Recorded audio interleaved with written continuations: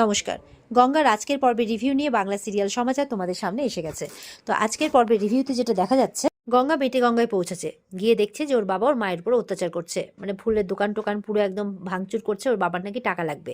তো এবার তো গঙ্গা গিয়ে পৌঁছচ্ছে, কি শুরু করেছো তুমি, কেউ টাকা দেবে না তোমাকে, টাকা লাগবে নিজে রোজগার করে নাও। বলে আমার টাকা লাগবে, তোকে আমি বড়লোক বাড়িতে বিয়ে দিয়েছি, তোর মা টাকা দিবে না, তো তুই টাকা দে। বলে কেউ টাকা দেবে না, না আমি দেবো না মা দেবে, কেউ টাকা দেবে না।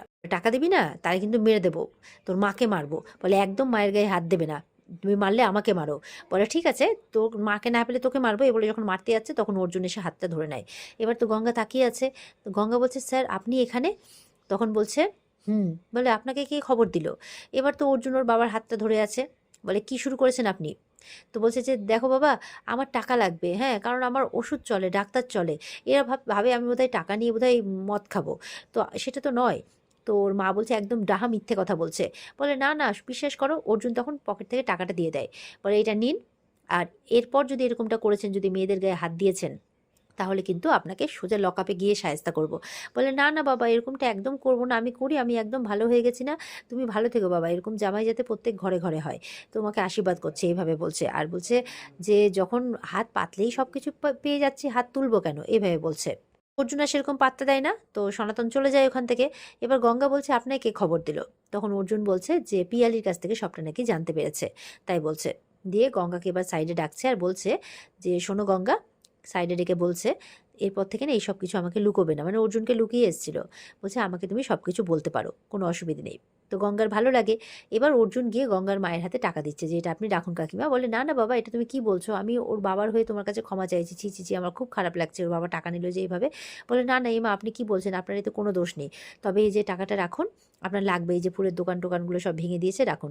আজকে আপনার মেয়ে দিলে আপনি নিতেন না, তাহলে আমিও তো আপনার ছেলের মতোই, তাই না, এভাবে বলছে। গঙ্গা তো একদম তাকিয়ে আছে ওর মানে অর্জুন স্যারের দিকে, মনে মনে বলছে ও হে বাবা গঙ্গেশ্বর, তুমি এমন মানুষকে আমার জীবনে পাঠালে, এত ভালো এত বড় মনের মানুষ, কিন্তু এই মানুষটার ভালোবাসা আমার কপালে নেই, এভাবে বলছে আর কি। আর ওদিকে অর্জুন ওর মাকে বলছে আমার নাম্বারটা রাখুন, এরপরে যদি এরকম কোনো কিছু করে তাহলে আমাকে ফোন করবেন, আমি সব ব্যবস্থা করে দেবো, তাই বলছে। আর অর্জুনের মানে গঙ্গার মা আর কি তখন বলছে যে বাবা গঙ্গাকে আজকের রাতটা আমার কাছে রাখবো, যদি তুমি কিছু মনে না করো। বলে না না ঠিক আছে রাখুন, কোনো অসুবিধা নেই। আর গঙ্গাকে বলে যায় প্র্যাকটিস যাতে মিস না হয়, এই বলে ওখান থেকে চলে যায়।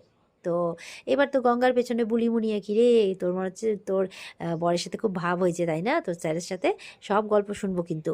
গঙ্গা বলছে কি নাচবো, এই বলে হো হো করে সব হাসছে আর কি। আর গঙ্গা মনে মনে ওর অর্জুন স্যারের কথাই ভাবছে। এবার দেখা যাচ্ছে বাড়িতে এসে গঙ্গা রান্না করেছে। তো ওর মা বলছে তুই একদিনের জন্য এলি আর তুই রান্না বান্না করছিস? বলে না না মা কিচ্ছু হবে না, তুই খেয়ে দেখ না, খেয়ে দেখ। তো এবার বুলি মুনিয়া চলে এসছে, বলে কি রে কি রান্না করেছিস দেখি। ওর মা বলছে ওই যে খাওয়া ওদেরকে, ওরা এসে তো সেই স্বাদ সুন্দর একদম খেতে বসে গেছে। তখন গঙ্গা আবার সবার জন্য এনে এবার সবাই মিলে খাচ্ছে আর কি। তো এবার ঘুমোচ্ছে, ঘুমোতে ঘুমোতে মা মেয়েতে গল্প করছে যে দেখছিস তোর বাবাটা কীরকম, দেখ কীভাবে হাত পেতে টাকা নিল, ওটা নিয়ে জানিস তো উল্টোপাল্টা জিনিসই খাবে। যাকে বাদ দে, যা খুশি করছে করুক গে, আর দেখে লাভ নেই আমাদের। তবে তুই ভালো আছিস তো গঙ্গা, গঙ্গাকে জিজ্ঞাসা করছে ওর মা।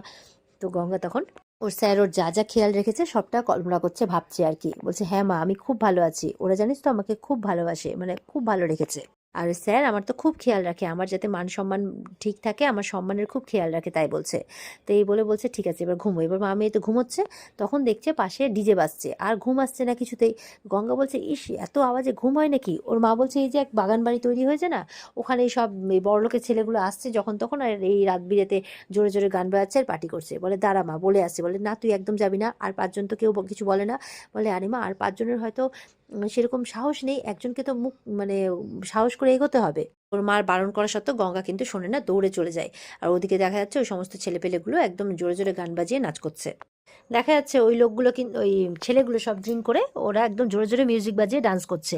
আর ওখানে গ্রামেরই এক মাস্টার মশাই যারা গঙ্গা টঙ্গা ওখানে সবাইকে পড়ায় আর কি। তো উনি এসছেন প্রতিবাদ করতে, উনি তো বলে যাচ্ছে বন্ধ করে এসব বন্ধ করে এসব, কেউ কিছুতেই কোনো কথা শুনছে না। আরও জোরে জোরে গান বাজিয়ে কিন্তু ওদের নাচ গান চালিয়ে যাচ্ছে।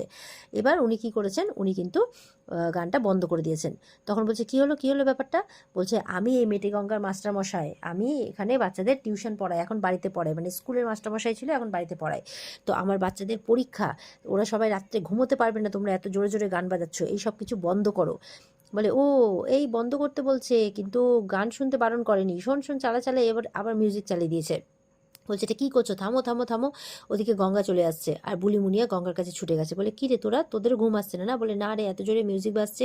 আর জানিস তো কী হয়েছে, আমাদের মাস্টারমশাই গেছে ওখানে, কিন্তু মাস্টারমশাইকে না উল্টো পাল্টোভাবে বিভিন্ন কথা শোনাচ্ছে আর মাস্টারমশাইয়ের সাথে ঝামেলা চলছে। বলে কি বলছিস, আমাদের মাস্টারমশাইকে অপমান, চল তো চল তো, এই বলে গঙ্গারা গেছে। আর ওদিকে মাস্টারমশাইকে বলছে চলুন চলুন, আপনার তো মানে বুঝতে পারছি জীবন থেকে সব কিছু মুছে মুছে গেছে, চলুন চলুন, আপনাকে আবার নাচ করতে আমরা উৎসাহ দিচ্ছি। এই বলে মাস্টারমশাইকে ঘিরে ফেলে। মাস্টারমশাই বলছে কী অসভ্যতামি করছো তোমরা, ঘিরে ফেলে, জামা টামা ছিঁড়ে দিচ্ছে আর নাচতে বলছে, এই দিক থেকে ধাক্কা মারছে, ওই দিক থেকে ধাক্কা মারছে। মাস্টারমশাই স্ত্রীও গেছেন ওখানে, উনি তো কাঁদছেন। তো বলছে কী হচ্ছে এসব, এই বলে আবার যখন অসভ্যতামি করতে যাচ্ছে মাস্টারমশাইয়ের সাথে, তখন গঙ্গা পুরো দলবল নিয়ে একেবারে, মানে সবাই আছে ওখানে, পুরো দলবল নিয়ে একেবারে লাঠি পিটা করতে শুরু করে দিয়েছে ওদেরকে। তো ওরা বলছে এই এই কে কে, গঙ্গা বলছে আমাদের মাস্টারমশাইকে, মাস্টারমশাইয়ের সাথে অসভ্যতামি করা, তাকে নাচতে বাধ্য করা, দাঁড়া তোদের ব্যবস্থা দেখাচ্ছি, আমাদের মাস্টারমশাই এরকম করছিস তোরা, অপমান করছিস তোরা। এই বলে সব কটা মিলে মারছে, সব কটা মিলে, চল থানায় চল, বলে "এই, আমাকে চিনিস না?" বলে গঙ্গা বলছে তোদের চিনে কোনো লাভ নেই, যার ছেলেই হয় তুই, চল এখন লকআপে যাবি তোরা। এই বলে একদম টানতে টানতে কিন্তু সব কটাকে লকআপে নিয়ে চলে গেছে গঙ্গা। আর গিয়ে ওখানে তমাল আছে, আর গিয়ে একদম টেবিলের মধ্যে ফেলে দিয়েছে সেই ছেলেটাকে।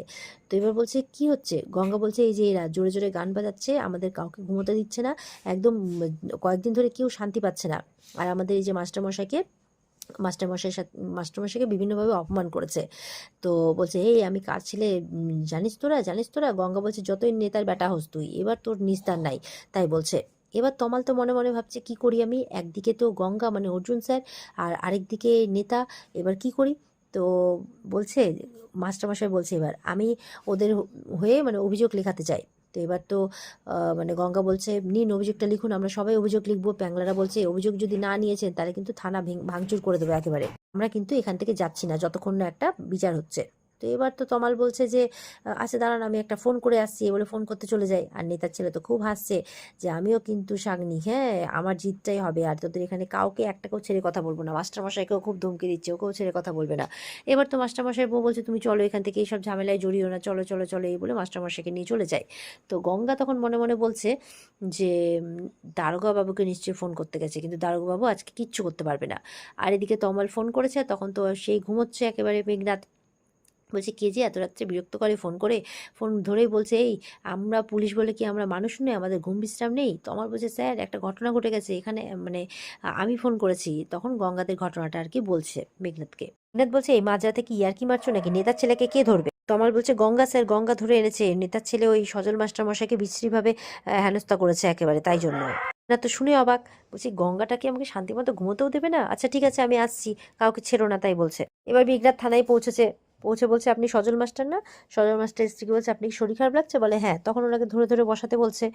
তো এবার বলছে যে এবার এই নেতার ছেলে বলছে "এই এদিকে আসুন এদিকে আসুন, আপনি শুনুন, আপনি এরকম এরকম ব্যাপার করবেন, এই মেয়েটা এরকম করেছে, এই মেয়েটাকে লকআপে ভরুন, সব কটাকে লকআপে ভরুন। তখন মেঘনাথ তো বলছে যে এই মনে মনে বলছে যে আমাকে গঙ্গার সামনে নাটকটা চালিয়ে যেতে হবে, কারণ রূপালীর বেলাতে আমি একটা ভুল করে ফেলেছিলাম, সেটা করলে আর হবে না। তাই ছেলেটাকে বলছে যে আমি কি তোর বাবার চাকরি করি, যে তুই যা বলবি আমি তাই করব। এই বলে ছেলেটা তো অবাক হয়ে গেছে, গঙ্গা অবাক হচ্ছে কি ব্যাপার, এই এরকম কথাবার্তা বলছে। তো এবার মেঘনাথ তো মানে মনে মনে ভাবছে আর কি যে কিভাবে গঙ্গার সামনে অভিনয়টা চালানো যায়। আর এটাও বলছে যে ওই বিজয় রক্ষিতের ছেলেকে অ্যারেস্ট করিয়েছে, এর ফল তো ভোগ করতেই হবে। তো আর মনে মনে নিজের পরিকল্পনা সাজাচ্ছে আর কি। গঙ্গা অবাক হয়ে তেমন দেখছে আর কি মেঘনাথকে। আর এখানেই কিন্তু আজকের পর্ব শেষ হয়ে যায়। তো এই ছিল আজকের পর্বের রিভিউ। ভালো লেগে থাকলে পর্বকে লাইক কমেন্ট করে জানাতে ভুলবে না, আর আমাদের সাথে জুড়ে থাকতে চ্যানেলকে সাবস্ক্রাইব করতে ভুলবে না। দেখা হচ্ছে তোমাদের সাথে আগামীকালকে। সবাই খুব ভালো থাকবে। আজকের মতো পর্বের রিভিউ এই পর্যন্তই। বিস্তারিত দেখতে অবশ্যই স্টার জলসার পর্দায় চোখ রাখবে।